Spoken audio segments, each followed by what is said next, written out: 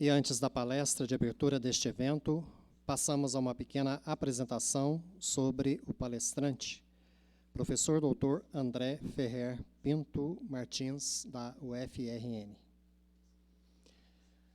O professor André Ferrer Pinto Martins é bacharel e licenciado em Física pela Universidade de São Paulo em 1990. Mestre em Ensino de Ciências, modalidade Física, pela Universidade de São Paulo em 1998. E doutor em Educação pela Universidade de São Paulo em 2004.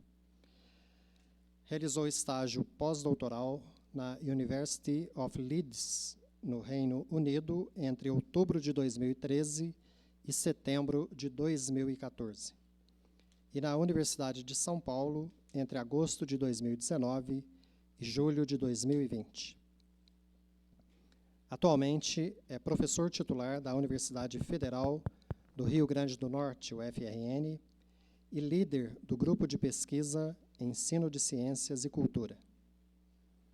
Tem experiência na área de educação, com ênfase em ensino de ciências, pesquisando principalmente nos seguintes setores: ensino de ciências, ensino de física, filosofia e sociologia da ciência no ensino de ciências.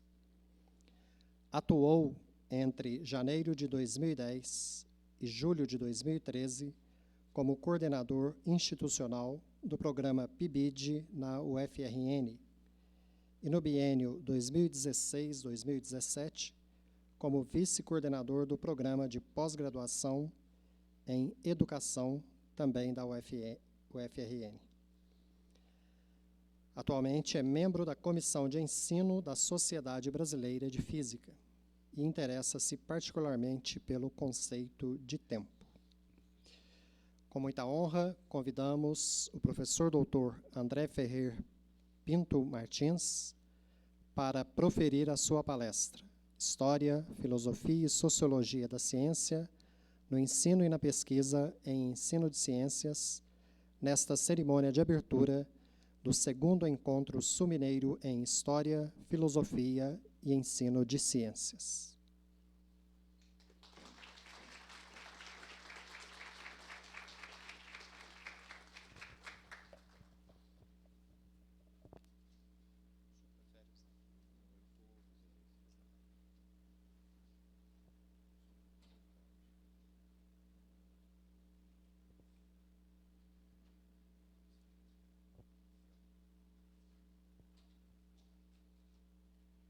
Obrigado. Obrigado a presença aí de todas e todas. Queria inicialmente agradecer, então, o acolhimento aqui na Unifei, falando aqui na pessoa do reitor, professor Edson, e agradecer imensamente o convite aqui do professor Evandro para estar aqui hoje. A gente sabe que um evento desse, né, é difícil de organizar, precisa de muita gente. Eu vi lá no site a comissão organizadora é formada por várias pessoas aí que acabam ficando um pouco, né, esquecidas de alguma forma nesse momento, mas é importante a gente lembrar da organização, da dificuldade que é isso e da colaboração de todos e todas. Bem, eu me organizei para falar hoje aqui, em conversa com o professor Evandro, né, com uma temática geral, História, Filosofia e Sociologia da Ciência no Ensino, na Pesquisa e Ensino, e tentei desdobrar em torno de questões que estão chamando mais a minha atenção no momento. Aqui está a logomarca assim, do meu grupo de pesquisa. E vamos lá. Sou professor da Federal do Rio Grande do Norte, né, como foi apresentado. Bem, eu vou iniciar com um parágrafo que também abre o primeiro capítulo desse livro do Alan Chalmers, O que é Ciência Afinal, que é um livro bastante conhecido aí para quem está nessa área, né? E ele pode ser considerado um livro introdutório para essas discussões de filosofia da ciência, principalmente. Então, diz lá o Chalmers: conhecimento científico é conhecimento provado. As teorias científicas são derivadas de maneira rigorosa da obtenção dos dados da experiência adquiridos por observação e experimento. A ciência é baseada no que podemos ver, ouvir, tocar, etc. Opiniões ou preferências pessoais, suposições especulativas não têm lugar na ciência. A ciência é objetiva, o conhecimento científico é conhecimento confiável porque é conhecimento provado objetivamente. Bem, então ele inicia, né, esse capítulo com essa com essa descrição do que ele considera ali uma visão de senso comum da ciência e do seu desenvolvimento. Nem é preciso dizer isso aqui para esse auditório, né? Mas, enfim, essa visão, depois ele vai pegar o livro inteiro e vai gastar para desconstruir essa visão que ele diz que é uma visão de senso comum. Por outro lado, a gente sabe que essa visão ainda é extremamente presente na nossa sociedade, de uma maneira geral, quer seja inclusive até em livros didáticos, né, e muitas vezes dentro, né, das universidades, mas principalmente numa visão mesmo da população em geral. Claro que a gente pode usar aqui a filosofia da ciência para desconstruir, então, vários desses elementos, né. Já a primeira frase, conhecimento é conhecimento provado, a gente tem, por exemplo, né, se você quiser usar aí o Karl Popper como referência, a ideia de que não é possível você provar de forma definitiva uma teoria científica, né? Então, isso daqui já é algo que caiu por terra, de certa maneira, do ponto de vista da filosofia da ciência. A segunda frase, as teorias científicas são derivadas de maneira rigorosa da obtenção de dados adquiridos por observação e experimento. A gente sabe que tem um compromisso aí com uma visão empírico-indutivista da ciência, que também já foi contestada historicamente, né? Então, o conhecimento, claro, ele pode ter uma vinculação com a observação e experimento, mas ele não nasce necessariamente da observação e do experimento e é adquirido por via indutiva, né, até a gente chegar nas hipóteses de mais caráter geral, né. A experiência é baseada no que podemos ver, ouvir, tocar, também é algo que já foi bastante contestado. Se a gente pegar um filósofo como Gaston Bachelard, por exemplo, ele claramente diz, né, que a ciência ela é construída justamente em oposição a essa experiência imediata e direta com o real. É uma oposição ao senso comum. Então, um filósofo que também contesta claramente. Opiniões ou preferências pessoais, suposições especulativas não têm lugar na ciência. Também diferente disso, a gente sabe desde do desenvolvimento da filosofia da ciência no século XX, de autores, principalmente a partir de Thomas Kuhn, um programa forte da sociologia da ciência, etc., que não é bem assim. Ciência objetiva também não é algo sustentado do ponto de vista da mais moderna filosofia da ciência, e o conhecimento científico é conhecimento confiável porque é conhecimento provado objetivamente. Aqui eu queria chamar a atenção para essa última frase, que assim, nós queremos defender que o conhecimento científico é conhecimento confiável. Eu vou voltar nisso mais lá na frente. Mas não porque ele seja provado objetivamente, né? Então, esse é um ponto que eu queria deixar aqui em aberto, que eu vou retomar.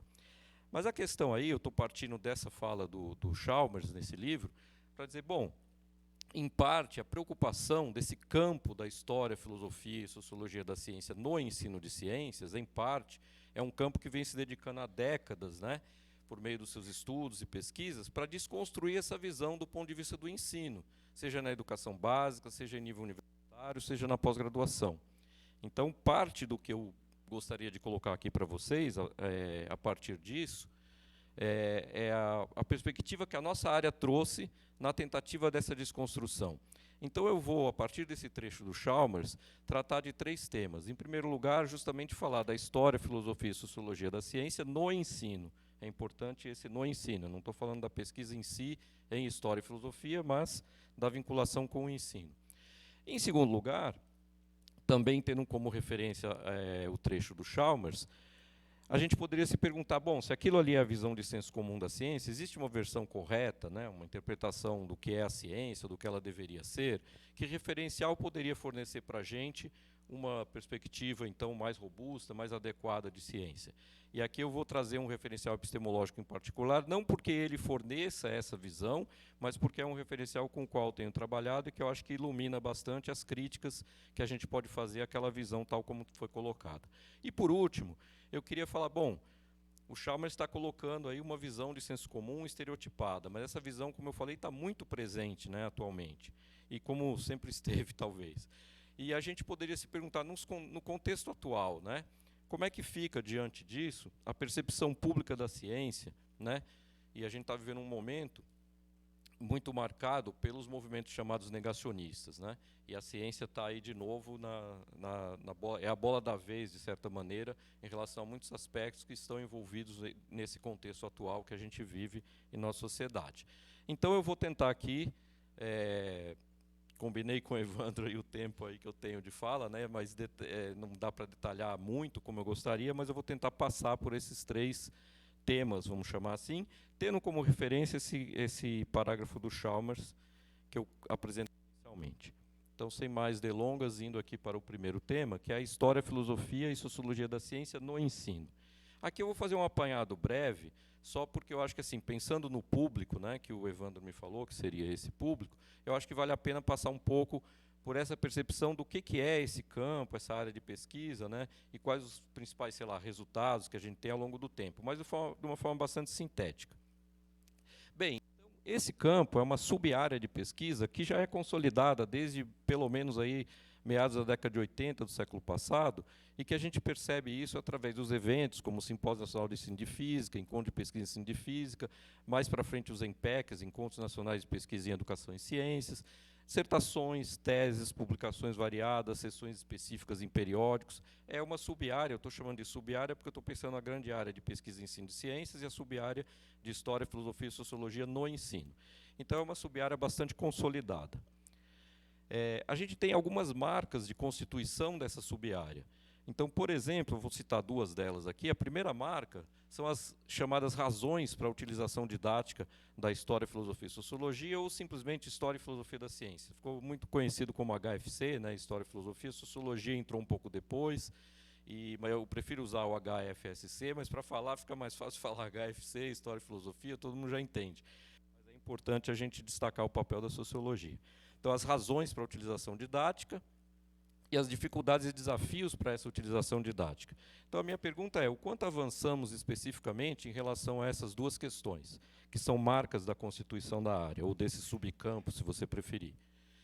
Então, eu gostaria de defender que, em relação ao primeiro ponto, que são as razões, né, para a utilização didática da História e Filosofia da Ciência, já várias razões, eu coloquei aqui só algumas, eram elencadas desde muito tempo atrás, lá desde a década de 80, que se falava nisso, e que se elencavam razões para a gente defender esse uso da História e Filosofia da Ciência no ensino. A humanização da ciência, a relação do pensamento com a história da ciência, a própria compreensão dos conceitos, compreensão da natureza da atividade científica, desenvolvimento do pensamento crítico, estimular a leitura, entre outros aspectos. Então, eram muitos aspectos aí que em vários trabalhos apareciam.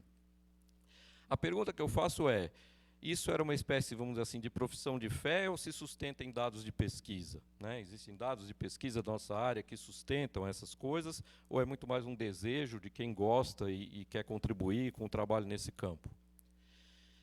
E o segundo ponto, que são as dificuldades e desafios para a utilização didática, também já se falava desde muito tempo atrás, né, da dificuldade, né, da existência de materiais didáticos adequados para fazer o trabalho com História e Filosofia, a questão da formação do professor, que muitas vezes nas licenciaturas não tinham cursos de natureza histórico-filosófica, uma espécie de cultura escolar também, pensando na educação básica, em que não se valorizava, né, trabalhos com história ou com filosofia da ciência. Então, era muito comum os professores falarem, não, professor de física, quando ia trabalhar com história, os alunos estranhavam, isso não é física e tal, e tinham atritos aí em relação a essa cultura escolar estabelecida. E a minha conclusão, aqui em relação a isso, é que talvez a gente tenha menos avanços no ponto 1 e mais avanços no ponto 2. Quer dizer, em relação a esse primeiro ponto, né, as razões, eu acho que a gente ainda tem espaço para, do ponto de vista da pesquisa, justificar, vamos dizer assim, por que utilizar a História, Filosofia e Sociologia. Embora essas razões já tenham postas, eu acho que ainda há espaço de pesquisa nesse sentido. Mas em relação a esse item 2, a gente avançou bastante, né? Então, a gente tem muitos trabalhos específicos, né? E a gente tem uma produção assim muito prolífica na área, resultantes em teses, dissertações e trabalhos em eventos e artigos em periódicos, etc., que são exemplos, né, de usos, né, de HFC no ensino, com episódios, narrativas, recortes históricos, tem vários nomes aí que são usados, então isso é uma produção muito grande. O que temos aqui hoje, né, que vai começar hoje com esse evento, a gente tem as apresentações de trabalhos que vai se somar a tudo isso que vem historicamente sendo constituído na área. Tivemos impacto nos livros didáticos, programas como o PNLD, o PNELEM, que também incorporaram elementos de natureza histórico-filosófica. Então, veja, se você pega um livro didático pontualmente, pode ser que você não perceba isso, mas quando você olha a evolução do livro nos últimos 40 anos, você vê que houve uma transformação e houve uma tentativa de incorporação de elementos de natureza histórico-filosófica, ainda que continuemos com problemas, etc. A gente tem também os cursos de licenciatura, que quase sempre tem pelo menos uma disciplina de natureza histórico-filosófica, os cursos contemplam, né, essa disciplina, e,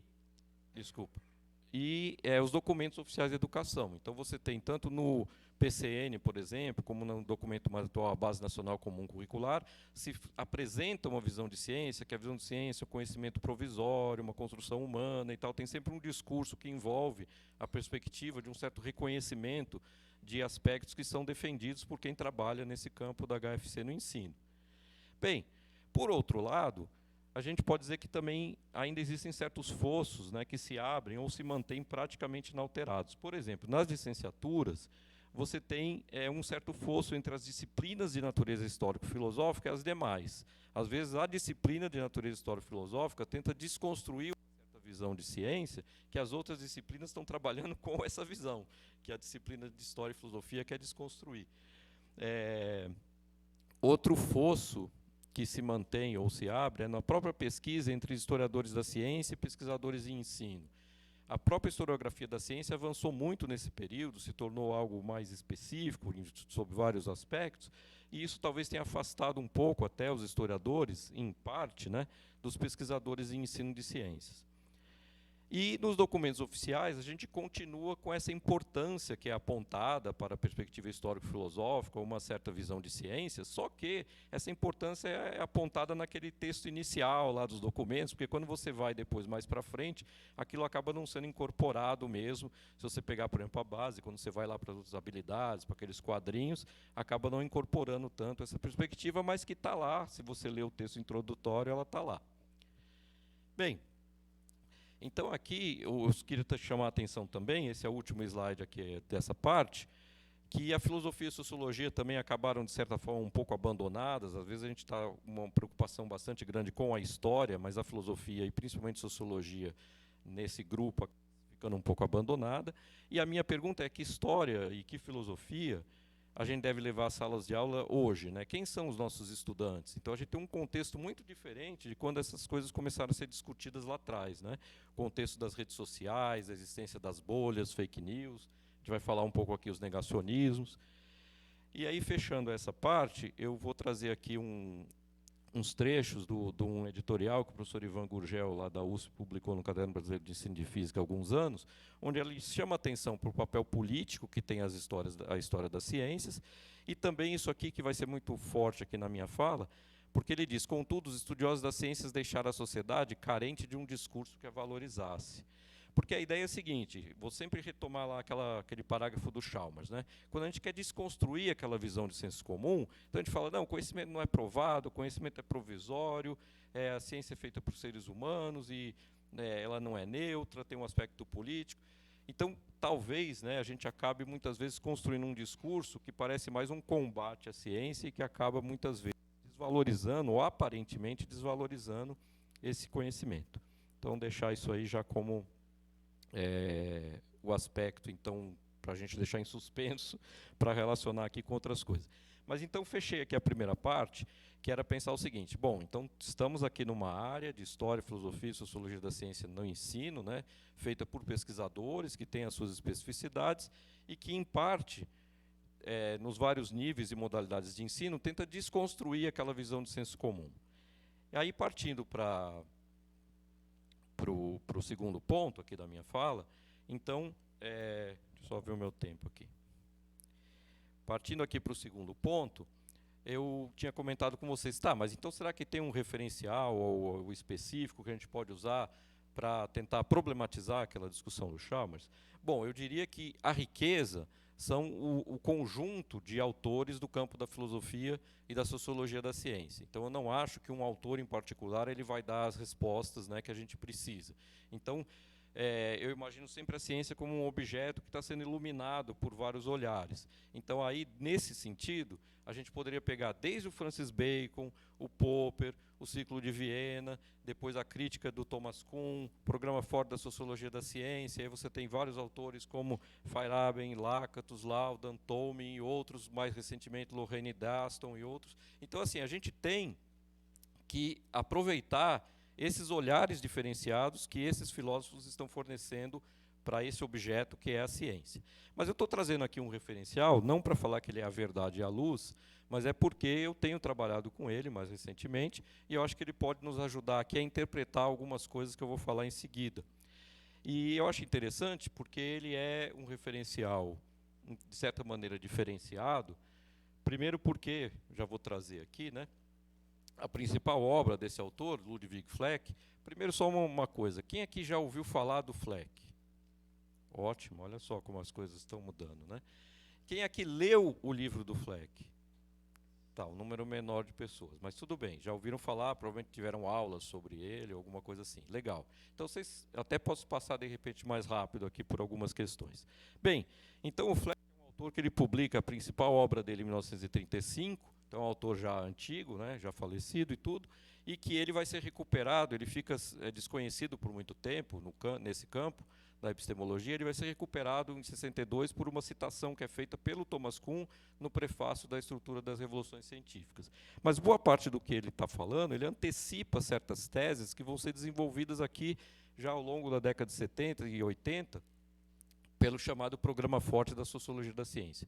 Então é um autor muito interessante. Também porque ele não é, como outros autores desse terreno, não vem da física, da química ou da biologia, ele é médico, né, de formação. Então, eu não vou aqui, gente, porque teria que ser muito mais lento, né, demorado, para a gente falar desse autor com profundidade. Eu vou dar um panorama bem rápido aqui para a finalidade que eu tenho nessa apresentação. Bem, então ele foi um médico judeu polonês, especializado em tifo. Ele teve uma vida muito conturbada e afetada pelo nazismo, mesmo antes do início, da deflagração da Segunda Guerra Mundial. Ele já sofria perseguição, né, na cidade onde ele morava, que é onde hoje é o oeste da Ucrânia. E ele vai depois ser preso em campos de concentração nazista. Ele só vai sobreviver, ele, a mulher e o filho dele, o resto da família é dizimada, mas só vai sobreviver por conta do conhecimento que ele tinha sobre tifo. Os alemães vão botar ele para tentar fabricar uma vacina contra o tifo. Ele tem poucos trabalhos em epistemologia que ele fazia nas horas vagas. Então, ele tem muita publicação na área médica, posteriormente à guerra. Ele é um médico de formação, e epistemologia, para ele falava que era nas horas de lazer. E a principal publicação dele é Gênese e Desenvolvimento do Fato Científico, esse livro que foi traduzido para português em 2010. Inclusive, eu costumo brincar com meus alunos, falar assim, ele é o referencial teórico ideal para vocês. Primeiro, porque ele está morto, então não vai escrever mais nada, nem dizer o que disse, né? Já morreu. Segundo, porque ele tem apenas um livro e 7 artigos, então é uma obra limitada. Então você fala, ó, você tem que estudar um livro e 7 artigos. Só que isso é um pouco uma enganação, porque na verdade tem muitos trabalhos sobre o Fleck, então essa literatura também é vasta, né, e não é mais uma brincadeira. Bem, e ele tem sido resgatado recentemente na área de pesquisa e ensino de ciências. Um professor que vocês devem conhecer, eu tenho ouvido falar, que é o Demet Delizoikov, é um dos principais pesquisadores, né, em Fleck, que começou a estudar o Fleck ainda quando não tinha nem a tradução em português, eles usavam uma tradução em espanhol. Enfim, então só para rapidamente falar sobre ele, mas eu vou falar mesmo da perspectiva epistemológica que ele traz. Esse é o livro, né, principal, traduzido em português, Gênese e Desenvolvimento do Fato Científico, que já chama a atenção pelo título, né, porque vamos lá, de novo resgatando lá o trecho do Chalmers. Fato, objetividade, comprovado, né, essas coisas estão associadas a essa visão do senso comum, e quando a gente fala em fato, vem essa ideia de algo objetivo, né, e ele fala em gênese e desenvolvimento de um fato científico. Então ele já começa, opa, né, o que esse cara está falando? Bem, o livro traz alguns conceitos centrais de estilo de pensamento, coletivo de pensamento, círculos esotérico e exotérico, circulação intracoletiva e intercoletiva de ideias, acoplamentos passivos e ativos, dentre outros. Eu vou falar brevemente de alguns, com toda a limitação que isso implica, né, de estar fazendo aqui rapidamente. Para quem tiver interesse, eu publiquei um artiguinho aqui na Revista Brasileira de Pesquisa e Educação em Ciências sobre a obra do Fleck, fazendo alguns comentários críticos. Então, passando para o que ele defende, né, as ideias do Fleck, primeiro ele diz que o conhecimento é um produto social por excelência. Todo conhecimento é marcado, né, por uma cultura e pela sua historicidade, né? Ele é de um determinado momento e de um determinado lugar. Então, a gente, para entender o conhecimento, precisa perceber ele como uma produção histórico-social. E os conceitos centrais da obra dele são de estilo e de coletivo de pensamento. Então, ele vai dizer, por exemplo, que estilo está relacionado com esse ver, sentir e agir de forma direcionada. É uma predisposição para o perceber direcionado. Então, pode ser associado, de uma forma mais livre aqui para o nosso consumo imediato, como sendo essa ideia de uma certa visão de mundo, uma forma de ver as coisas. E aí, já partindo para o exemplo, para a gente já facilitar também, a gente poderia pensar, por exemplo, num estilo de pensamento da ciência como um todo. Poderia pensar que isso difere de um estilo de pensamento religioso, um estilo de pensamento, sei lá, militar. Agora, a gente poderia pensar também em dentro da ciência, e aí ele não dá essa denominação, ele fala em nuances e variedades, a gente poderia interpretar aqui que podemos associar um estilo de pensamento da física, que é diferente da biologia, né, por exemplo. Aproveitando aqui o professor Edson, tem o estilo de pensamento dos engenheiros. Então, a gente tem estilos de pensamento diferentes que estão relacionados com essa forma de ver, sentir e agir. E isso é próprio de um coletivo. Ou seja, todo estilo tem a ver com um grupo de pessoas, que é o coletivo de pensamento, que nada mais é do que o portador comunitário do estilo. A comunidade de pessoas que trocam pensamentos ou se encontram numa situação de influência recíproca de pensamentos. Então, esses dois conceitos caminham juntos, o de estilo e de coletivo. Então, o coletivo é esse grupo de pessoas que compartilha de um certo estilo, né? Bem, outros conceitos aqui da obra do Fleck, ele vai falar dos círculos esotéricos, eu vou falar ESO, esotérico, e EXO, exotérico. Então, os círculos esotérico e exotérico. Porque ele vai dizer, e isso é mais rico do que a perspectiva, por exemplo, da comunidade científica cuniana, ele vai dizer que o agrupamento do coletivo, né, de um determinado grupo, ele se organiza, não é de uma maneira uniforme, não está todo mundo situado da mesma maneira em relação a esse estilo de pensamento. Existe um grupo mais central, que ele vai situar no que ele chama do ciclo esotérico, que é o grupo das pessoas que produzem conhecimento naquela área, né? E existe as pessoas que estão, vamos pensar aqui numa cebola com várias camadas, em círculos exteriores, que seriam esses círculos exotéricos. Essas pessoas estão dentro do mesmo coletivo, compartilham o estilo, mas estão mais afastadas desse núcleo. Se a gente quiser pensar, por exemplo, os físicos, você teria pessoas que estariam no ciclo esotérico da pesquisa em física, produzindo conhecimento, e os professores de física, por exemplo, estariam um pouco mais afastados, compartilhando esse estilo dentro desse coletivo, mas eles não estão produzindo conhecimento em física, estariam disseminando esse conhecimento, por exemplo, nas escolas, etc. E o Fleck vai dizer que esses círculos, né, normalmente na sociedade, um indivíduo pertence a vários círculos e vários coletivos. Você não pertence a um único coletivo, né? Pertence a vários. Mas, normalmente, você pertence a vários coletivos na camada exotérica, e a poucos, ou eventualmente um coletivo, que é provavelmente onde você trabalha, né, etc., que você está no ciclo esotérico mesmo. Outros dois conceitos, você vê que os conceitos do Fleck quase todos caminham aos pares aí, né? Outros dois conceitos da epistemologia fleckiana muito interessantes é o de circulação intracoletiva e intercoletiva de ideias. Então, ele está dizendo assim, como é que circula o pensamento e o conhecimento na sociedade, né?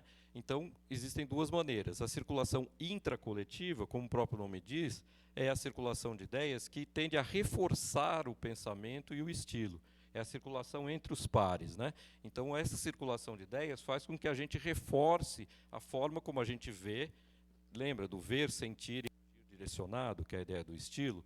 Então, a ideia é que essa circulação intracoletiva reforça o nosso estilo, faz a gente ver as coisas da mesma maneira por esse reforço da conversa entre pares.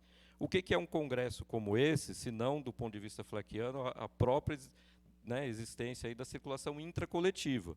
Claro, nós temos as nossas diferenças, pensamos diferente, mas nós estamos aqui reforçando, de certa maneira, por meio desse tráfico de ideias ou da circulação de ideias que vai ocorrer ao longo dos próximos dias, nós estamos reforçando a nossa forma de ver as coisas, reforçando o estilo, e o Fleck cunha um termo, ele é um pouco sarcástico, irônico em alguns momentos, que ele chama esse termo aí de harmonia das ilusões. Ele fala que se cria uma harmonia das ilusões interna a todo estilo coletivo, justamente reforçada por essa circulação. E tem a circulação intercoletiva. Antes de falar, também queria já fazer uma associação aqui. Sabe as tais bolhas da internet? É isso aí, né? É a circulação intracoletiva ocorrendo loucamente, assim, e sem parar, e de uma forma muito rígida. E as pessoas só ficam ali naquela bolha. Então, é isso. Bem, e a circulação intercoletiva de ideias é uma circulação que permite, em princípio, né, dar uma maior possibilidade de transformação dos estilos. Então, quando você tem troca de pensamentos entre estilos diferentes, você tem o que o Fleck vai chamar de desvios de significado ou mal-entendidos. Podem ocorrer mais desvios de significado ou mal-entendidos. Então, quando, por exemplo, determinadas ideias, determinados pensamentos circulam de um coletivo para coletivos muito diferentes, isso normalmente é visto com algum grau de imprecisão, dificuldade, mal-entendidos e desvios de significado. Bom, então aqui eu vou fechar o parênteses com essa apresentação, dizendo o seguinte. Então, minha segunda parte era falar um pouco do Fleck, mas pensando isso, eu não estou trazendo ele como uma resposta resposta única, vamos dizer assim, aquele quadro de coisas que foi colocado lá no início, né, pelo Chalmers, mas como um referencial que eu acho que ilumina, em parte, as críticas que a gente tem a essa visão de senso comum da ciência. Porque, veja, quando a gente fala lá, como falava no início, conhecimento científico é conhecimento provado, conhecimento é objetivo, o Fleck vai falar, o conhecimento é sempre um produto histórico-social, ele é construído. O Fleck vai falar que a verdade é simplesmente uma solução conforme o estilo. Então, a verdade, ela depende sempre do pano de fundo fornecido pelo estilo de pensamento, né? Então, não tem, portanto, a verdade absoluta, etc. Então, vários daqueles elementos, se a gente quiser, podem ser todos, né, praticamente desconstruídos, por exemplo, numa visão fleckiana da ciência. E o Fleck não está falando só da ciência, né? Ele está construindo uma epistemologia mais geral. Bem, então, dito isso, deixa eu ver aqui meu tempo. Dito isso, eu vou passar para a última parte aqui da apresentação, que é o que eu chamei aqui dos contextos. Tá?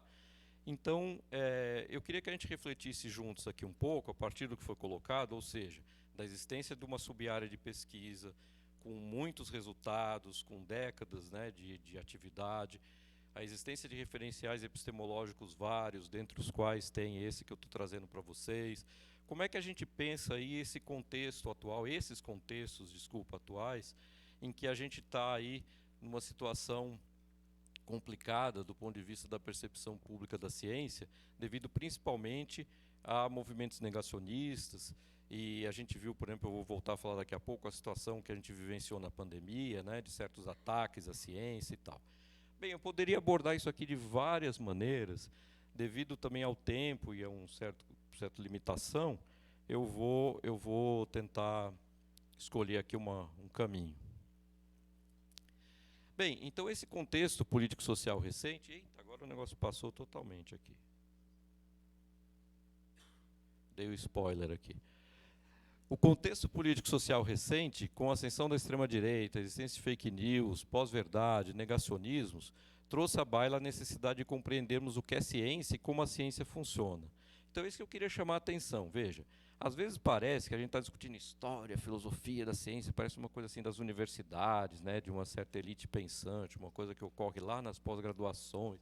E não é não, gente. Isso a gente está falando de uma coisa que passou a ter uma relevância brutal para o dia a dia de todos e todas. Por quê? Porque, de certa maneira, a ciência passou a estar sob ataque, né, ataque talvez uma palavra um pouco forte, mas a gente viu recentemente como, pelo menos, ela, não sei se em algumas situações ela pode estar sob ataque, mas ela está certamente na ordem do dia. A gente tem, né, que discutir o que é ciência e como a ciência funciona, ainda que essa seja uma discussão complexa e para a qual a gente não tem uma resposta imediata, né? Então, nesse ponto de vista que eu estou colocando aqui, viva a história, a filosofia e a sociologia da ciência. O que parecia uma coisa assim de diletantismo, né, de que a gente tinha um interesse, porque parecia bacana de estudar, isso tem uma relevância prática, né, muito significativa no momento atual. E aí voltando para aquela visão lá do Chalmers, né, que a gente pode chamar uma visão social da ciência, uma visão de senso comum, e que, de novo, ela está presente fortemente na nossa sociedade, e a gente vê até em livro didático isso, né, e o que é mais grave. Então, a gente poderia se perguntar, bom, quais as questões, quais os problemas, né, e como enfrentá-los aí.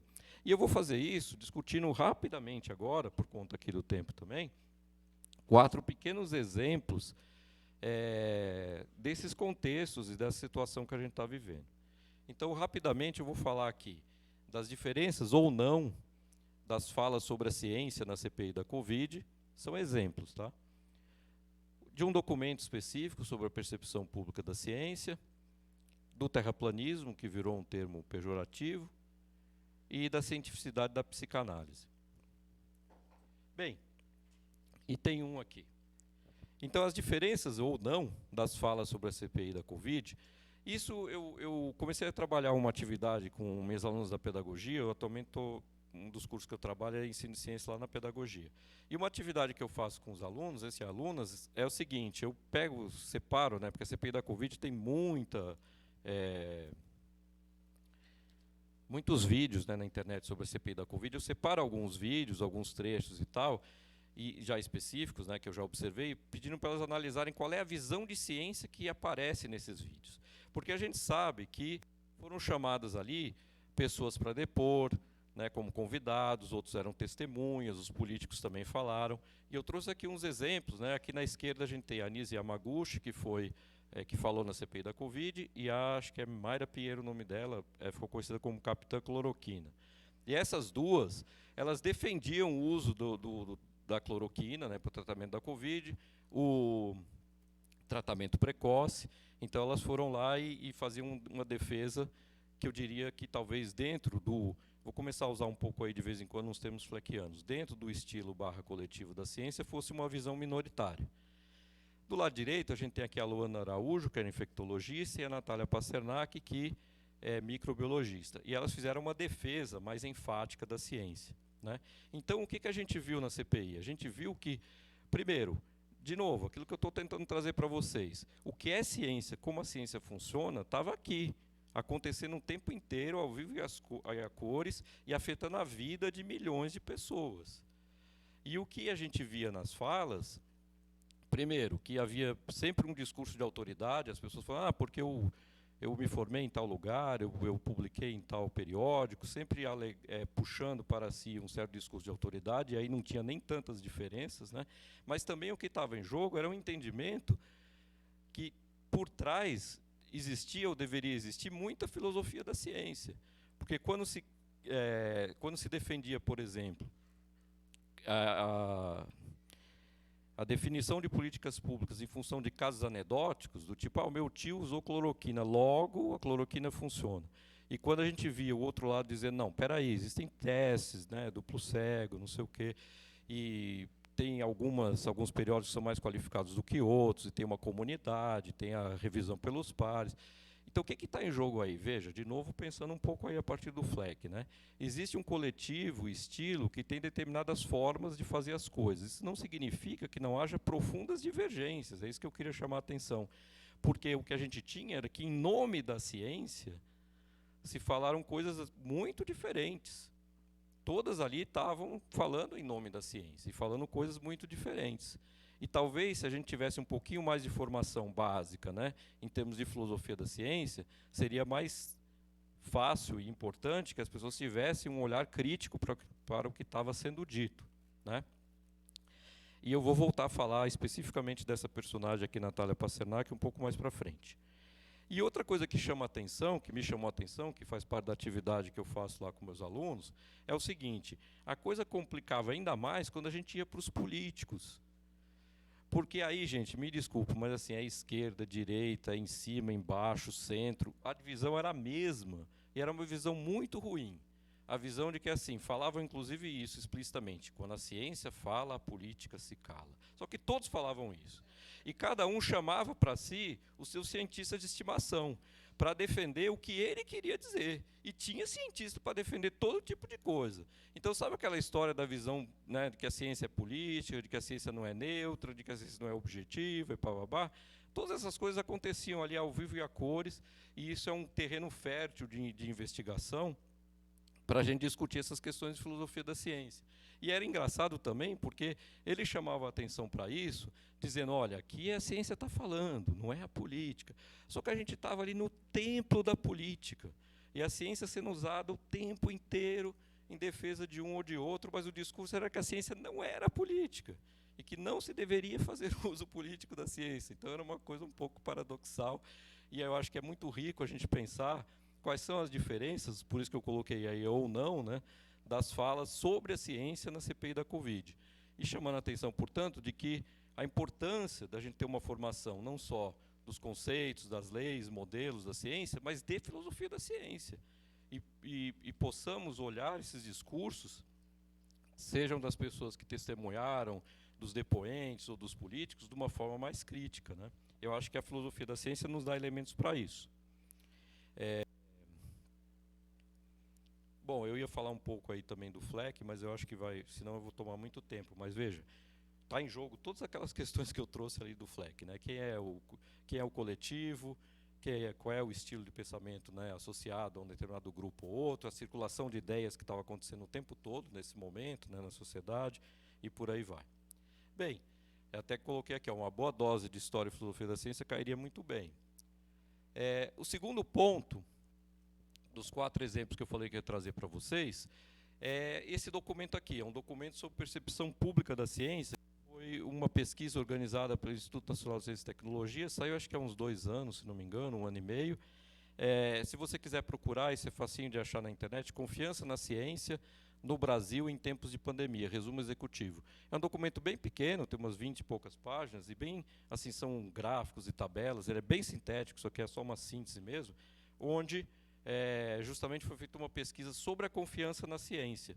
Então, entre outras coisas, se perguntava para as pessoas assim, se elas conheciam um cientista, é muito engraçado assim, algumas respostas, se elas conheciam algum instituto de pesquisa brasileiro, conheciam cientista mundial e brasileiro e coisa do tipo, e se confiavam na ciência ou não. Eu vou só trazer um único resultado aqui para mostrar para vocês, que é esse aqui. Quem não confia na ciência por região. Não era esperado, em princípio, diferenças regionais, mas existiu uma diferença estatisticamente significativa na desconfiança da ciência por região do Brasil. E você vê que ali a região centro-oeste se destaca na desconfiança da ciência. Deixo a vocês o poder da interpretação do porquê isso acontece. Bem, o que eu queria chamar a atenção é que quando a gente fala do ponto de vista do FLEC, por exemplo, de estilo de pensamento, a gente tem que entender aquilo que eu tinha colocado. Um sujeito, ele não faz parte de apenas um coletivo e um estilo. Na sociedade, ele faz parte de vários estilos e vários coletivos. Então, eventualmente, a gente tem pessoas que desconfiam da ciência, e tem outros trabalhos até que foram publicados em nível internacional que mostram isso, que talvez eles estejam mais sujeitos, por exemplo, a aderir a teorias da conspiração, ou tenham um perfil mais conservador, ou coisa do tipo. Por isso que a gente tem que pensar que o combate ao negacionismo e essas questões não é só mais informação científica. Muitas vezes a questão não é a falta de informação científica, mas tem a ver com essa perspectiva, essa forma de ver, sentir e agir, né, essa predisposição para esse olhar que o FLEC caracteriza como estilo de pensamento. O terceiro exemplo eu não vou ter, porque eu tinha colocado aqui, não daria tempo também. Eu estou tentando acelerar um pouco, Evandro, para ter tempo das perguntas aí. Eu fiz um trabalho aqui sobre o terraplanismo e relacionando justamente com esse referencial do FLEC, tá? Mas o que eu queria chamar a atenção não era nem isso. O terraplanismo a gente pode analisar como um certo movimento social que também tenta se estabelecer, eu caracterizei com um estilo de pensamento a informação, né? Ele tenta se estabelecer com ideias próprias, etc., com essa ideia da circulação intracoletiva, né, com esse reforço do pensamento e defendendo um certo conjunto de teses.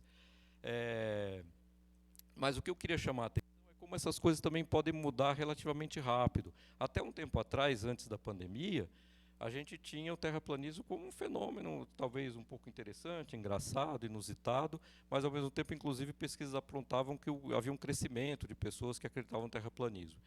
Com a pandemia, e com a coisa do movimento antivacina e as críticas que surgiram e com tudo que aconteceu, o próprio movimento terraplanista, acredito eu, ele declinou um pouco. E o termo terraplanismo, e olha a circulação intercoletiva de ideias aí funcionando a pleno vapor, o termo terraplanismo passou a ser usado de forma pejorativa.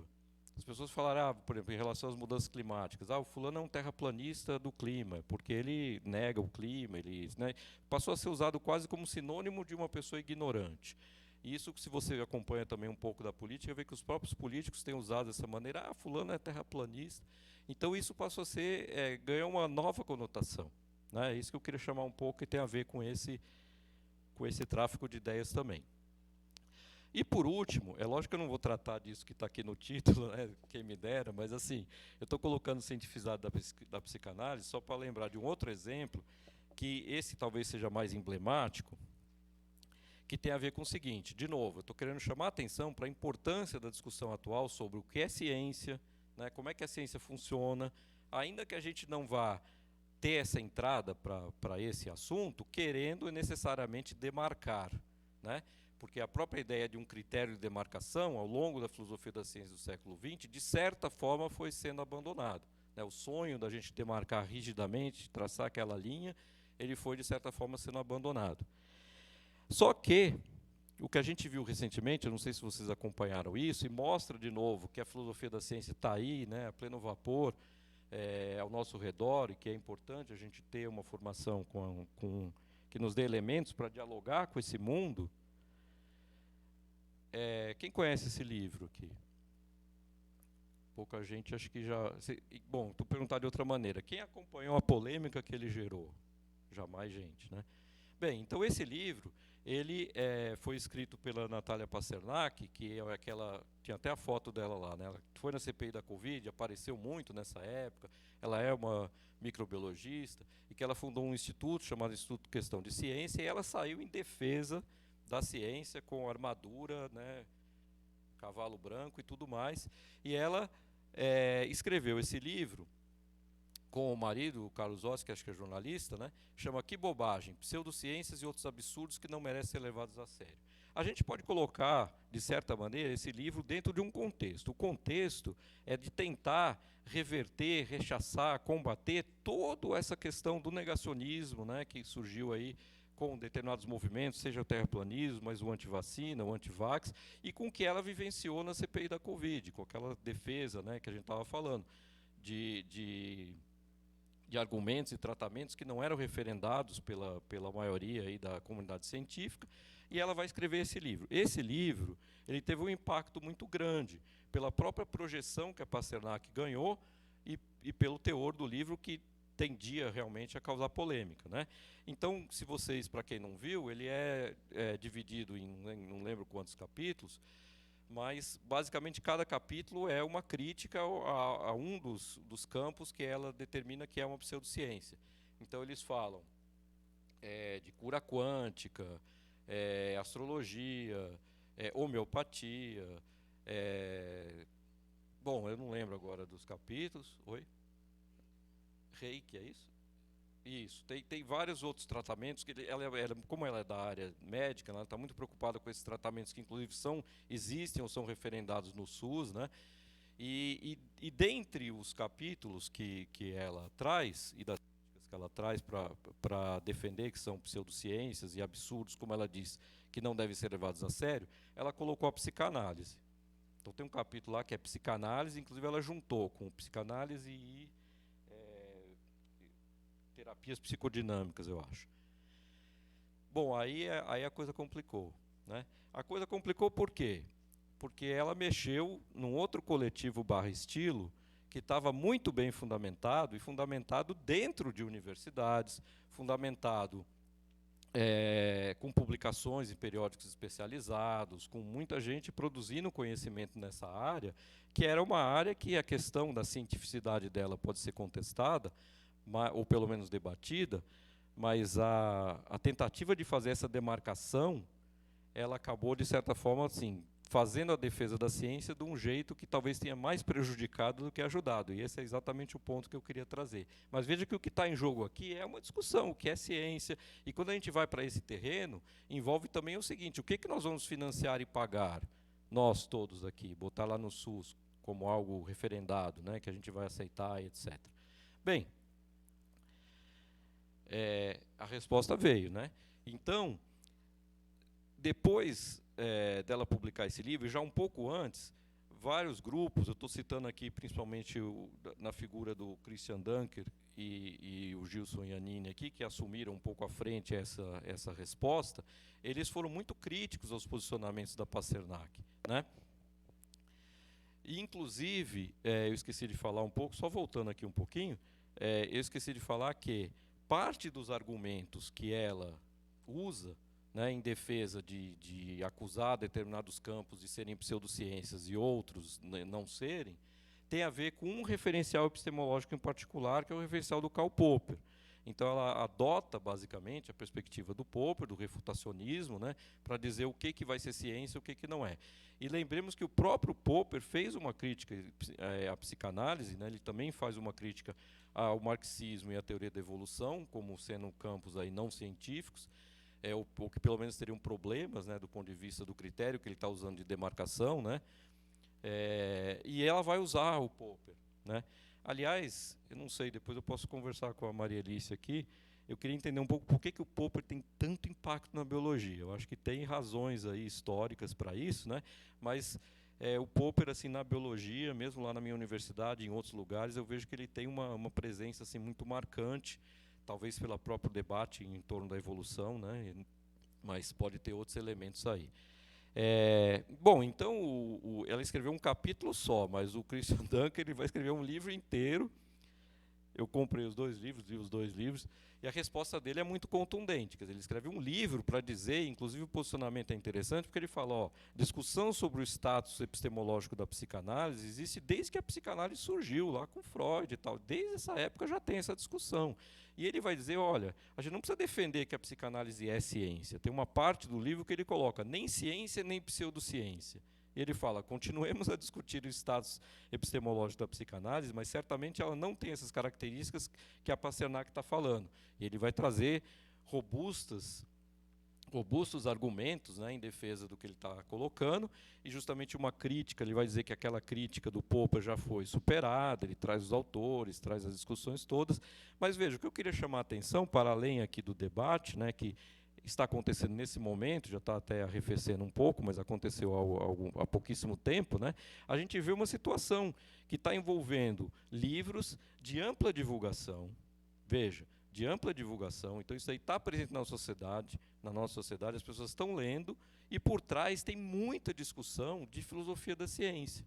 Tem muita discussão de filosofia da ciência, mas que talvez se perca, de certa forma, porque eu diria que a Pasternak até menos, né, não são especialistas na área, mas justamente estão falando de coisas que envolvem essa discussão, né, que para nós seria uma discussão muito cara. E aqui, só para fechar um pouco esse último exemplo, que está então ainda aí em aberto, em discussão, né, eu queria trazer um trecho, porque é aquilo que eu falei, ela usou o Popper, né, e eu queria trazer um trecho de um livro aqui que a gente está lendo no nosso grupo de pesquisa agora, lá, do Steven Chapin, que ele fala, algum erro tático certamente está sendo cometido quando a defesa da ciência surge como celebração de uma filosofia em particular. Ainda mais quando celebra aquelas versões dela que os próprios filósofos experimentaram e muito tempo depois abandonaram como sendo insuficientes. Então, me parece que isso tem muito a ver com o uso que a Pasternak está fazendo do Popper, embora esse trecho que eu trouxe aqui está totalmente fora de contexto.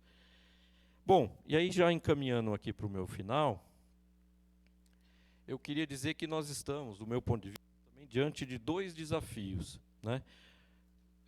Pensando aí nesse contexto, nos negacionismos e nesses exemplos que eu trouxe. Tá?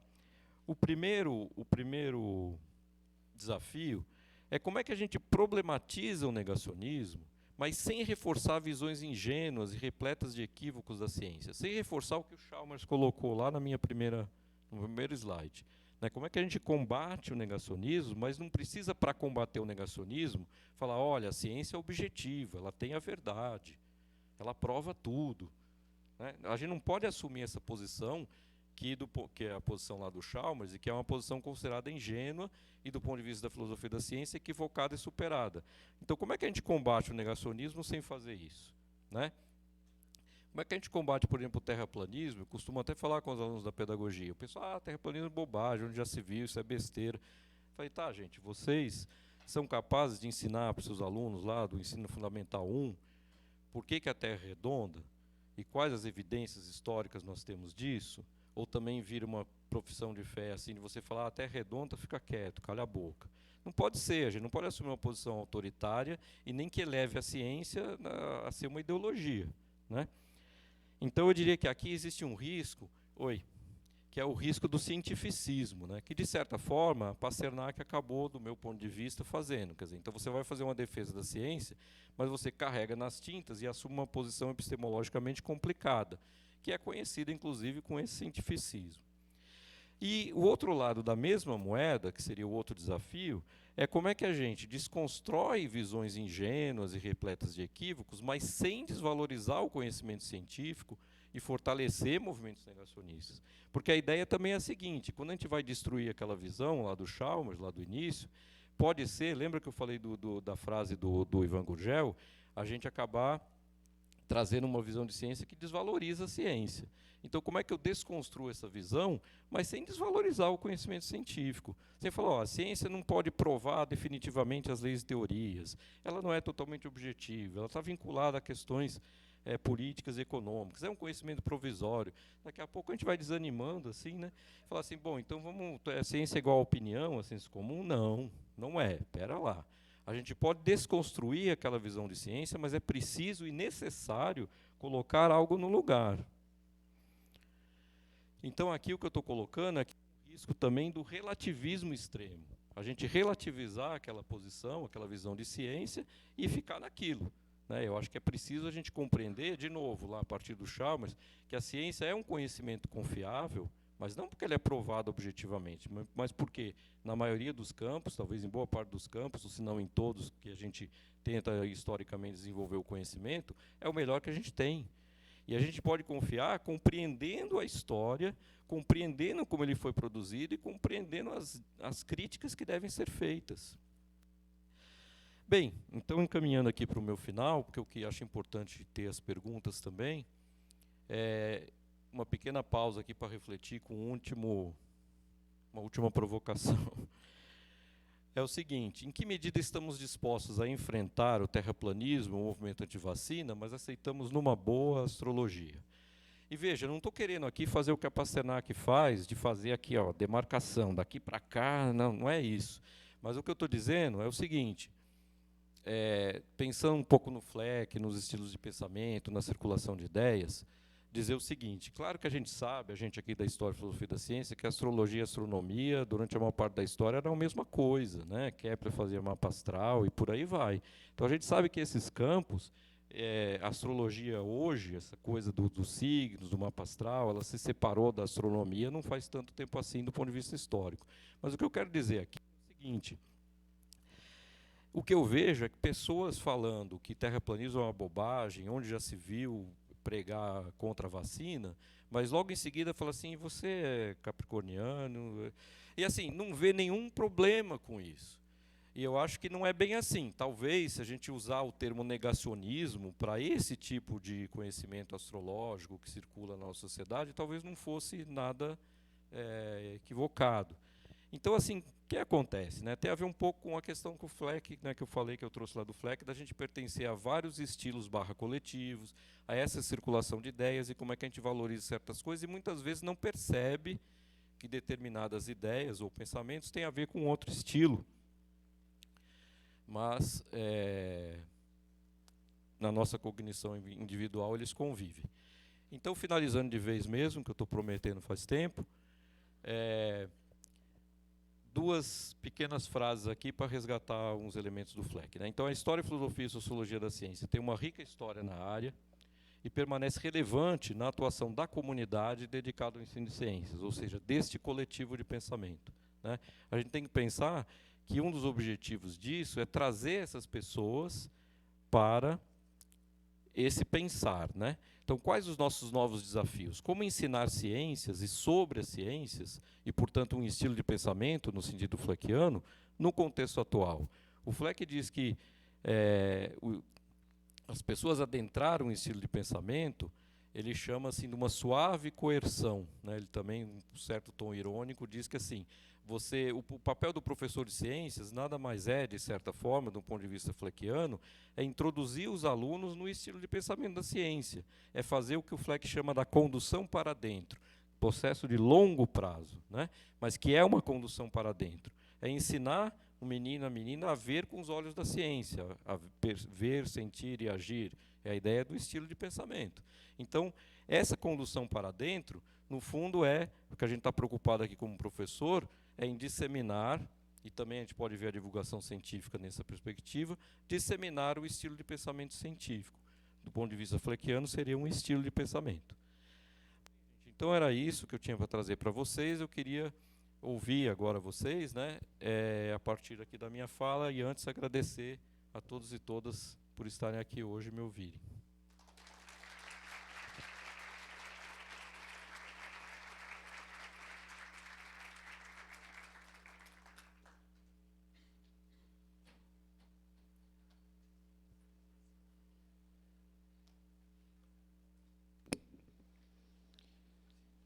Nós vamos passar, então, a apresentação de perguntas ao palestrante, e os interessados devem levantar a mão para que o microfone seja levado até vocês, tá bom? Vinícius.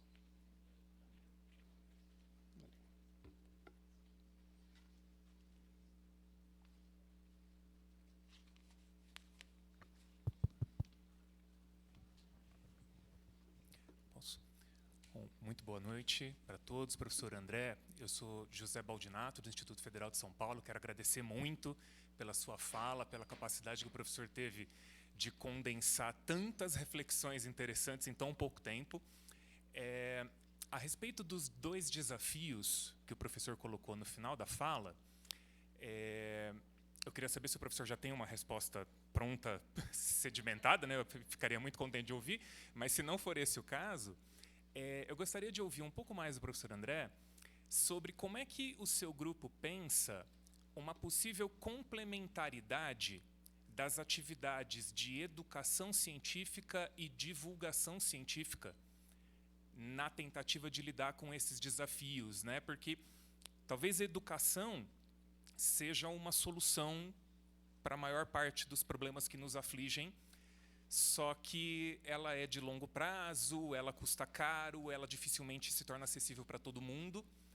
Então, como que a divulgação científica pode se colocar de maneira complementar nessas ações? Muito obrigado.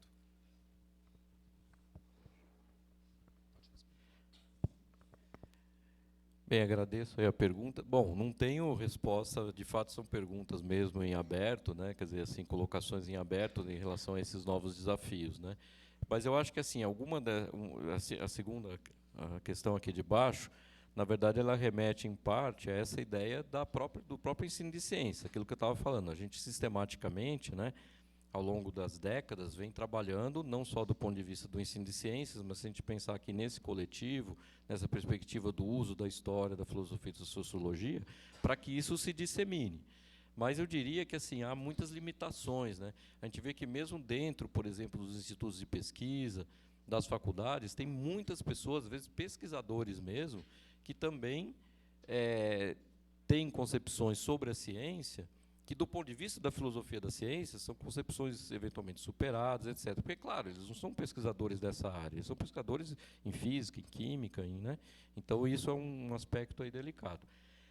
Então, assim, não tem uma resposta, mas acho que o ensino de ciência, a educação em ciências, ela tem esse desafio constante.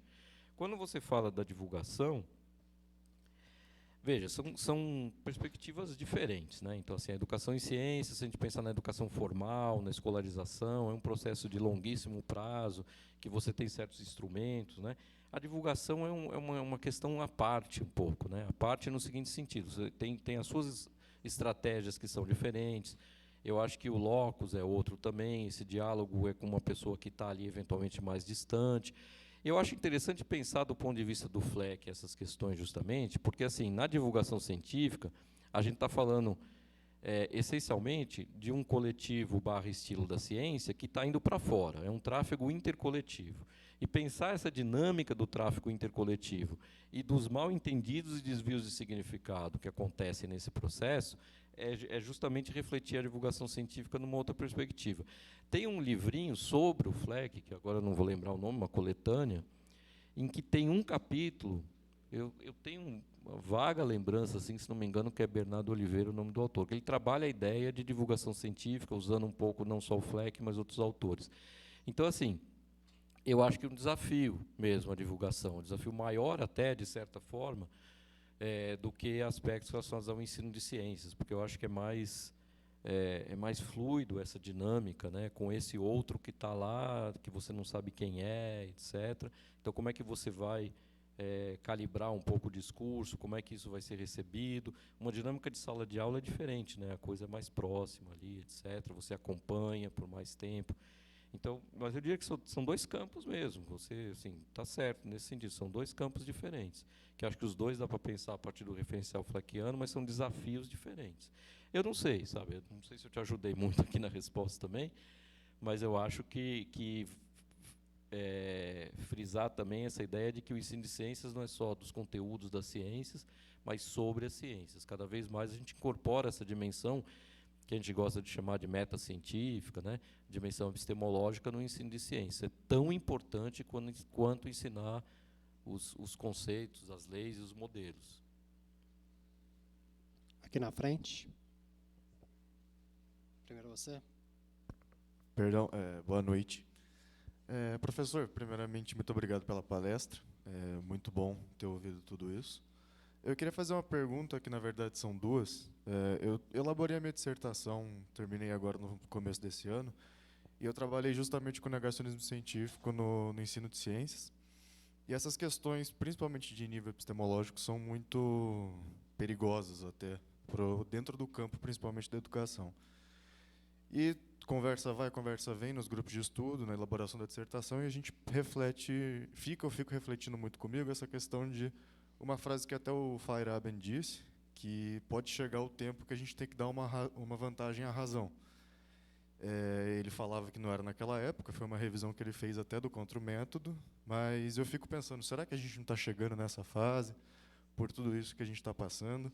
Então, eu gostaria de também passar essa pergunta para o senhor, e também discutir, nesse nível epistemológico, quando a gente revê sobre essas questões de construção, de como é que a gente vai classificar o que é ciência ou não, o que é pseudociência, o que é negacionismo, a gente sempre cai naquela falácia de ou um relativismo muito extremado ou um cientificismo muito exagerado, muito exacerbado.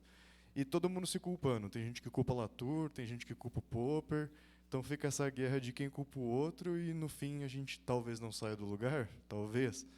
Mas eu queria entender um pouco do que o senhor pensa sobre esses conflitos, principalmente nessa dimensão epistemológica, porque foi uma coisa que a banca falou comigo sobre essas questões, e eu me sinto meio pegando sempre para refletir, porque a gente acaba acompanhando ou não tem como fugir de alguns terraplanismos por aí, e eu gostaria de entender também o posicionamento do senhor sobre essa relação. Obrigado. Essas são questões bem interessantes aí que você traz. Veja, eu vou falar mais livremente a partir de duas situações. Primeiro é o seguinte, eu trabalho, como eu falei agora há pouco, né, um dos cursos que eu trabalho lá na pedagogia, e eu gosto assim, o curso de ensino de ciências da pedagogia, ele não é para discutir essas questões em princípio. Não é no seguinte sentido, não está na ementa, não está previsto, mas, bom, pela própria posição que vocês viram aqui, eu não posso me furtar a trazer esses elementos para eles. Então, eu começo o curso falando que eu chamo da dimensão epistemológica, depois eu passo para uma dimensão que eu chamo de didático-pedagógica, para a gente falar do ensino de ciências. E eu comecei a ficar muito preocupado com essa discussão do relativismo exacerbado e dessa coisa que você fala, assim, dessa corda bamba que a gente fica, né, de tratar essas questões, quando eu iniciei essa discussão no curso, e eu me lembro que comecei com uma discussão assim, que a gente pegava uma ou duas aulas e falava rapidamente um pouco dessa nova filosofia da ciência, dessa ideia de uma visão mais contemporânea, que o conhecimento era provisório e que tal, não tinha verdade absoluta. Eu me lembro que eu comecei a ficar assustado quando eu vi alguns alunos que falaram assim, quer dizer que a ciência não sabe das coisas, então? Quer dizer que não é verdade? E daí eu comecei, inclusive, a perceber que uma tendência dos alunos mais fortemente religiosos de adorarem esse discurso. Ah, beleza. A ciência não é o que eu pensava, porque eles achavam que a ciência vinha com esse discurso autoritário, de ter a verdade, de dominar e tal. E eles falam, não é. Então pronto. Então agora eu estou tranquilo porque eu não preciso acreditar na ciência. É só uma teoria, é só uma evolução. Aliás, um parênteses rápido aqui, uma coisa que é horrível é essa discussão, só teoria, como se teoria fosse uma de opinião, né? Mas tudo bem, isso aí é outra história. Então, assim, eu passei a dedicar muito mais tempo e tomar muito mais cuidado com os textos que eu usava, com o que eu falava nas minhas aulas, quando eu vi que não podia ser assim. Então, a gente tem que dar tempo para essa discussão. Não dá para ser uma discussão aligerada. Se você fizer essa discussão aligerada, a emenda vai sair pior que o soneto. O negócio vai ser complicado. Porque a pessoa vai ficar com uma imagem... e, de novo, gente, eu fico parecendo um caixeiro viajante falando do Fleck. De novo, o Fleck. Quer dizer, você está diante de estilos de pensamento diferentes, e quando você fala alguma coisa do campo da filosofia da ciência, aquilo pode ser um mal-entendido, pode ser um desvio de significado. A pessoa pega aquilo, entende o que ela quer, compõe um outro quadro, que não é o que você quer dizer, e você acaba desvalorizando o conhecimento científico. Então, não é por aí. A gente tem que tomar muito cuidado com o que a gente discute nesse terreno. E sobre o Feyerabend, eu adorei aí você ter trazido essa discussão, porque é uma coisa que eu falo para meus alunos. O Feyerabend, ele é um autor que a gente sabe, né, quem lê o Feyerabend, que ele é extremamente panfletário, e que ele toca fogo no parquinho e tudo mais. Tem um professor lá da física, da USP, né, que eu sou de São Paulo, fiz física lá na USP, e que eu me lembro que ele contava essa história, que assim, ele deu o contrométodo para os alunos lerem. E os alunos leram o contrométodo e desistiram do curso. E daí ele brincava, dizendo assim, eles entenderam o livro, né? Porque, bom, enfim, o próprio Feyerabend, ele toma esse cuidado. Só que ele escreve isso, eu não lembro se é década de 80, 90, já falando, ele não está falando desse contexto atual, negacionismo, de redes, de bolhas, mas ele já vislumbrava que, numa determinada situação, pode ser que tudo aquilo ali que ele estava falando devesse ser tomado com cuidado, e que deveria ser dado um certo espaço maior à razão em função de certos contextos, que ele vai localizar lá na discussão do politicamente correto dos Estados Unidos e outra coisa do período dele. Mas aquilo é totalmente válido para hoje. Esse alerta que o Feyerabend faz, sabe? Que a gente tem que tomar cuidado, e eu acho que tem que justamente entender, né, a complexidade, a profundidade do que o Feyerabend está colocando, mas também estabelecer certos limites. Eu hoje em dia, sim, eu tenho até aluno que adota o Feyerabend como referencial, que fez tese sobre o Feyerabend, mas eu sempre tento fazer esse contraponto, falar, olha, leia ele criticamente. Todos os autores a gente tem que ler criticamente, inclusive o Fleck tem que ler criticamente. Nesse artigo que eu citei aqui, que eu publiquei na revista da Abrapec, eu falo lá, o Fleck tinha uma visão de ciência, que hoje em dia a própria visão de ciência dele também era um pouco, ele achava que a ciência era o local onde tinha o pensamento mais democrático, e os escritos dele, os artigos do pós-guerra, ele muda um pouco a opinião, então ele tem uma discussão ali de natureza política, a percepção que ele tem da ciência também vai mudando, mas porque ele estava num momento em que a ciência, antes da guerra, era muito valorizada, né? A gente tem lá o Merton, que escreve também sobre isso, as características da ciência e tudo mais, o ethos mertoniano, né? Então, assim, eu acho que a sua pergunta me ajuda a trazer esses elementos que são importantes. Quer dizer, eu acho que esse relativismo meio à la Feyerabend, a gente tem que saber o contexto em que foi produzido, como é que a gente pode também trabalhar com ele hoje. Todo autor tem que ser lido com o devido cuidado. Aqui na frente. Aí primeiro. Já tinha pedido. Tem ela aqui, Maria Elisa.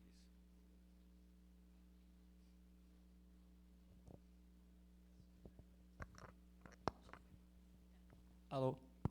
Oi. E aí, André, tudo bem? Tudo bom. Boa noite, todo mundo. Obrigado, André, de novo. Bom te ver agora. Não falei com você ao vivo ainda. Falo de longe. É assim que eu me apresento com as pessoas agora, só com o microfone. Minha pergunta é um pouquinho mais, eu chamaria de chão de fábrica.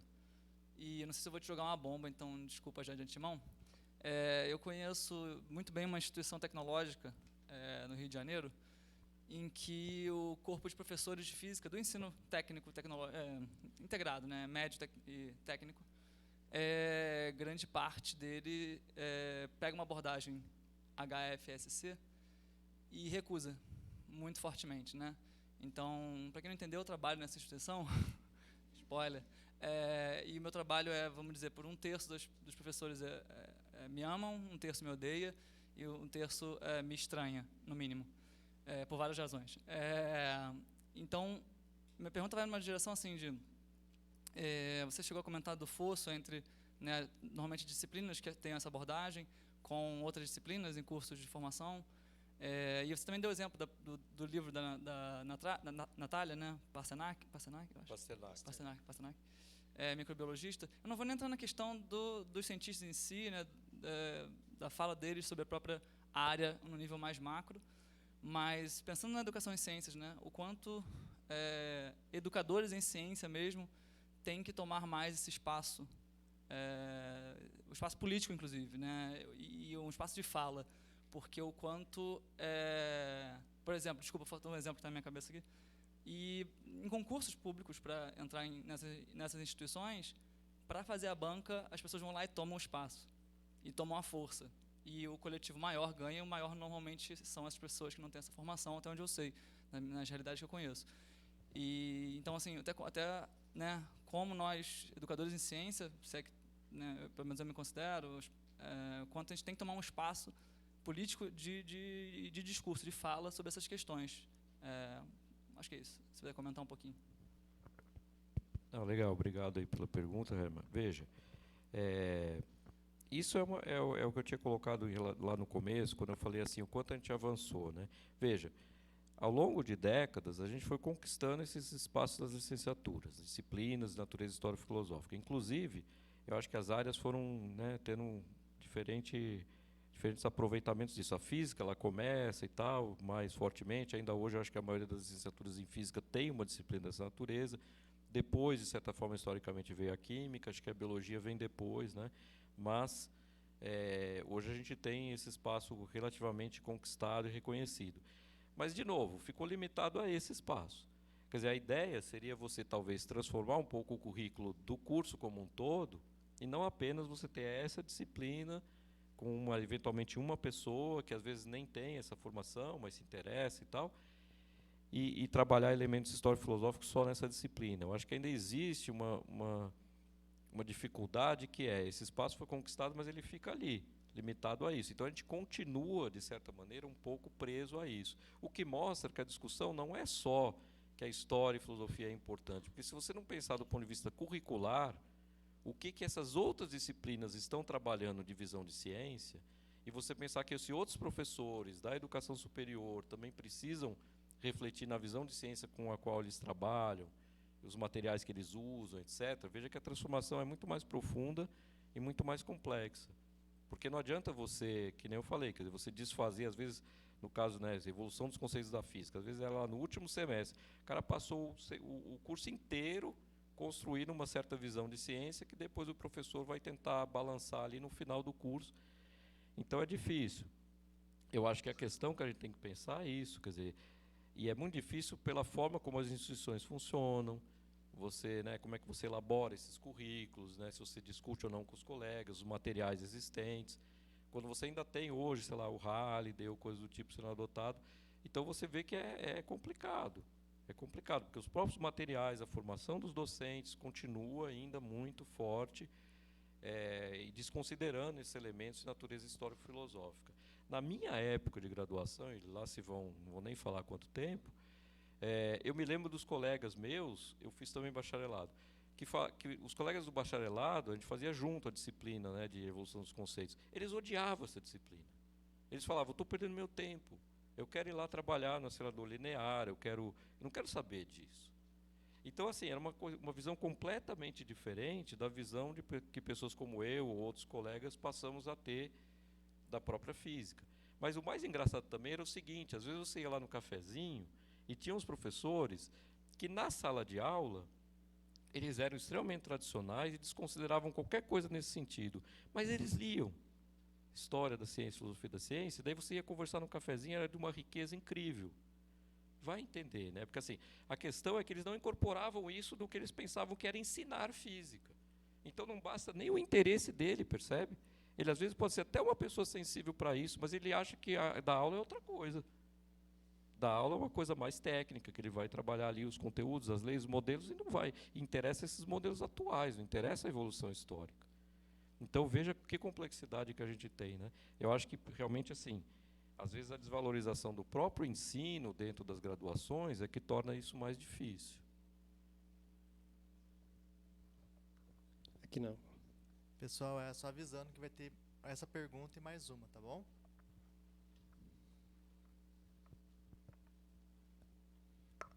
Obrigada. André, obrigada pela palestra maravilhosa que você brindou aqui, a abertura do evento. Eu concordo totalmente com você, os biólogos têm uma paixão por Popper, assim como tem pelo Ernest Mayr e pelo Richard Dawkins, quer dizer, são os 3 cavaleiros lá da biologia, e eu também tenho sempre uma questão, assim, por quê, né? E penso que pode ser até uma coisa de, para ser maldosa com o meu próprio grupo, né, de biólogos, que é um pouco de preguiça, porque são os 3 autores mais traduzidos para o português. Então, é a literatura que está aí, né? E, portanto, mais acessível para um número maior de alunos e tal. Então, isso talvez explique um pouco. Mas eu queria reverter a pergunta para você. Eu queria entender, justamente tentando encontrar essa resposta de uma forma mais séria, se também, entre os físicos, se também não é a visão popperiana de ciência que domina, ou se houvesse alguém de divulgação da física em paralelo a Pasternak, tá? Porque, inclusive, ela, né, tem lá uma formação e o início de carreira em microbiologia, mas ela é muito mais uma divulgadora já há bastante tempo, né, e atua, enfim, então já dá para dizer que está numa outra área. Se fosse um divulgador da física, a tendência não seria também ter uma visão bem popperiana de ciência, enfim, desconhecendo o restante da filosofia da ciência do século XX? Interessante essa pergunta, Maria Alice. Eu não tenho assim completa, né, certeza para te dar na resposta, mas primeiro é o seguinte: em relação ao Popper na biologia, eu também assim fico só especulando. Eu acho que, além dessa questão dele ter falado da evolução, ter desafiado um pouco, existe uma querela aí, Popper e evolução, que se arrastou por um tempo, né, que eu acho que é um ponto importante, porque daí as pessoas vão ter que ter lido o Popper para entender o que ele estava falando, então isso envolve um conhecimento dele. Eu fico me perguntando, e pura especulação, assim, se não tem uma espécie de efeito fundador, no seguinte sentido: alguém, em algum momento, deu uma palestra sobre filosofia da ciência, falando do Popper, e isso atingiu um número grande de pessoas que depois passaram para outros e outros. Eu fico me perguntando se não houve isso em algum momento, sabe? Principalmente no Brasil.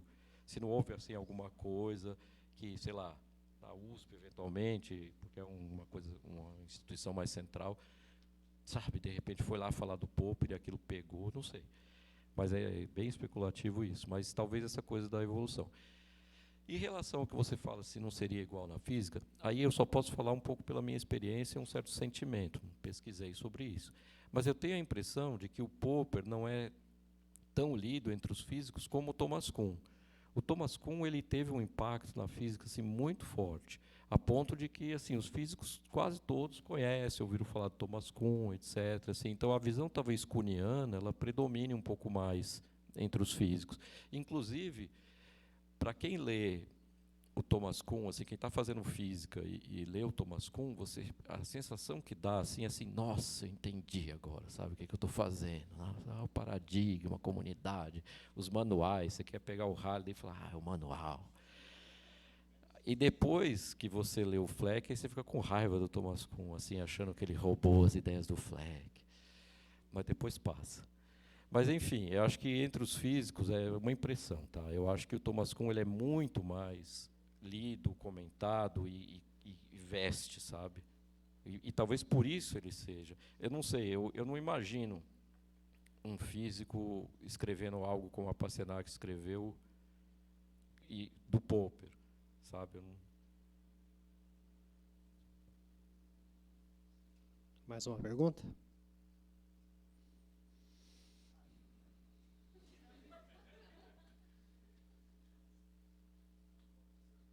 Olá. Muito obrigado pela sua palestra. A minha dúvida é mais com relação ao próprio contexto que eu vivo. Acabei de terminar o mestrado, estou dando aula numa rede particular. E realmente eu penso nessa questão do tipo, eu sou professor de física, eu não ensino somente física, eu estou ensinando uma ciência. Então eu incentivo os alunos a perguntarem sobre ciência, tento contextualizar a física dentro de uma questão científica. Mas eu fico pensando assim, tipo, eu faço isso porque eu tenho meu próprio referencial para tratar. Que adivinha só, sou físico, o Kuhn. E assim, eu fico pensando porque a gente sabe que existem muitas diferenças epistemológicas entre um pensamento e outro. E às vezes eu fico pensando como que a gente pode lidar, por exemplo, chega um professor e fala de comunidade, paradigma. Vamos supor que tem um outro, sabe, de outra, às vezes química ou, sei lá, mesma frente que é, outra frente em física e fala, por exemplo, sobre obstáculos epistemológicos. E eu fico pensando como que a gente pode, então, organizar isso, porque, imagina, tá lá a criançada sentada, vem um fala de paradigma, não sei o que, não sei o que, não sei o que. Aí depois vem um outro e fala obstáculo epistemológico.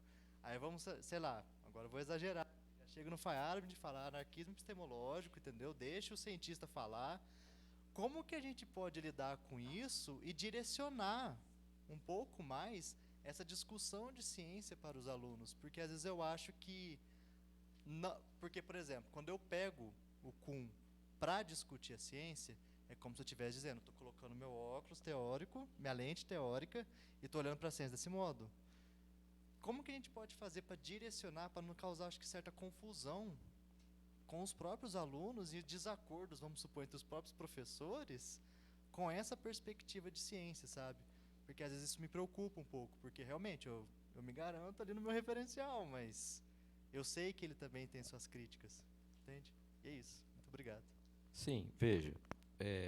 Primeiro, eu acho que é importante você, como um estudioso da área, compreender o que os autores estão dizendo, onde eles se aproximam, onde eles se afastam. Porque tem certas ideias que determinados autores que têm perspectivas diferentes, mas se aproximam em relação a certas coisas. Por exemplo, se você pegar quem é crítico do ciclo de Viena e do positivismo lógico. Aí tem vários autores desses que você citou ou leu aí que vão estar fazendo uma crítica ao positivismo lógico, eles se agrupam em torno dessa ideia. Eu diria que menos preocupado em você estar pegando... Veja, tem que pensar também o nível de ensino, né? A gente está falando da educação básica. Então, menos preocupado em dissecar autores, né, da filosofia da ciência, é você compreendendo o que eles estão falando, onde eles se aproximam, onde eles se distanciam, talvez tratar com seus alunos das grandes questões.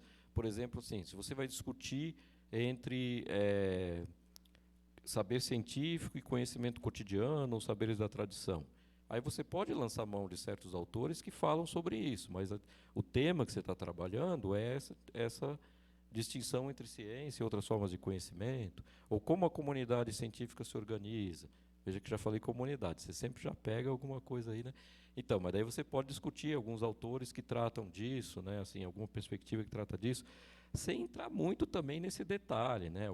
Pensando que é nesse nível de ensino que você está tratando. Apontar um pouco, e claro, sempre você vai estar fazendo também, por mais que você tente aí, trazer várias perspectivas, coisas que você pensa, coisas que você defende, coisas que você já elaborou, né, na sua cabeça. Então, e nada impede que você tenha o Thomas Kuhn como o seu principal referente, mas pode trazer alguns elementos que falam, o Thomas Kuhn discute isso, isso e isso, é uma perspectiva sobre a ciência, nesse aspecto ele dialoga com outro autor, em várias coisas. Por exemplo, a gente pode juntar Bachelard, Thomas Kuhn e Farabi, por exemplo, para falar que todos eles valorizam a história da ciência como laboratório epistemológico. Tem perspectivas diferentes, mas todos eles fazem isso. E tem epistemologias que são ahistóricas. Então, essa é uma grande divisão. Então, você tem que ver o que aproxima esses autores e como você pode trazê-los de uma forma ampla, genérica, para lidar certos temas com seus alunos. Não sei, não é uma solução, mas um caminho.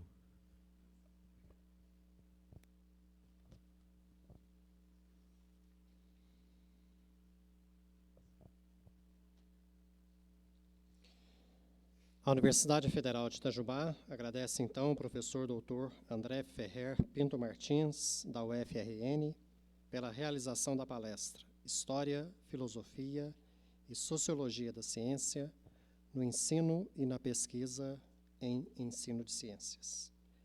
Nesta abertura do segundo encontro sul-mineiro em História, Filosofia e Ensino de Ciências. Agradecemos também a todos os docentes da universidade que compuseram o dispositivo de honra e aos demais participantes desta sessão, desejando aos professores e estudantes que tenham êxito em suas atividades durante este evento, que já está sendo realizado desde hoje até o dia 26 de abril, com atividades diversificadas realizadas neste auditório Aureliano Chaves, aqui do IEPG, nos auditórios e demais dependências do IFQ, e também no salão de apoio do prédio da Administração Central da Unifei, conforme pode ser conferido na programação disponibilizada no site e nas demais redes sociais do segundo encontro sul-mineiro em História, Filosofia e Ensino de Ciências. Na sequência a esta cerimônia, haverá a apresentação musical de Daiane Oliveira e Diego Levi. Esta cerimônia de abertura está encerrada. Boa noite a todos.